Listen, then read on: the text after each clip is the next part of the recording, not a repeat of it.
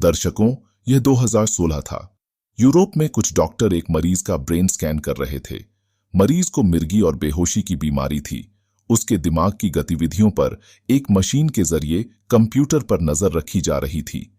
यह एक ऐसा टेस्ट था जो चिकित्सा जगत में कहीं नहीं किया गया। मरीज को याद नहीं था, कंप्यूटर पर इलेक्ट्रोचार्ज के जरिए डॉक्टर को पता चल गया। इसी दौरान कार्डियक अरेस्ट के कारण मरीज की मौत हो गई।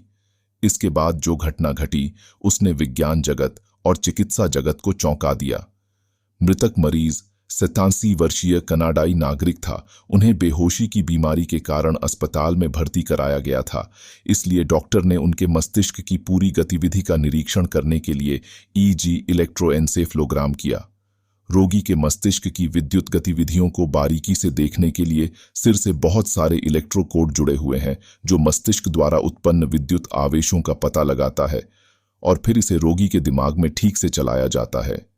मैं कंप्यूटर के माध्यम से डॉक्टर को बताऊंगा कि इसे पूरी तरह से समझने के लिए हमें पहले मस्तिष्क गतिविधि की अवधारणा को समझना होगा। मानव मस्तिष्क में 100 अरब से अधिक न्यूरॉन्स पाए जाते हैं। ये न्यूरॉन्स हमारे तंत्रिका तंत्र का एक अभिन्न अंग हैं। मस्तिष्क को शरीर के किसी भी हिस्से में संदेश भेजना होता है।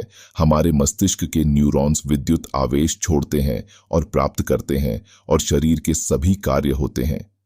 ये 5 मस्तिष्क तरंगें हमारी सभी गतिविधियों जैसे अल्फा, बीटा, ग्राम, डेल्टा, थीटा आदि में सक्रिय होती है। जब हम अपने दैनिक जीवन की गतिविधियों में सोच रहे होते हैं, जब हम खुश होते हैं, जब हम नकारात्मक विचार कर रहे होते हैं, जब हम ऊब रहे होते हैं, जब हम सो रहे होते हैं, जब कोई भी व्यक्ति पूरी तरह से बीमार होता है और गंभीर रूप से स्वस्थ हो जाता है, तो एक व्यक्ति अपने जीवन के बारे में एक तरह से सोचता है और वह विचार मृत्यु के बाद भी मस्तिष्क में जारी रहता है। ऐसा शोध करने वाले डॉक्टर ने कहा, यह व्यक्ति कनाडा का है। मृत्यु के अंतिम क्षण में और मृत्यु के बाद उनके जीवन के विचारों में कोई अंतर नहीं आया।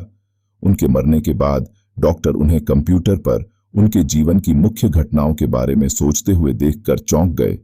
उन्होंने इस बारे में एक रिपोर्ट तैयार की।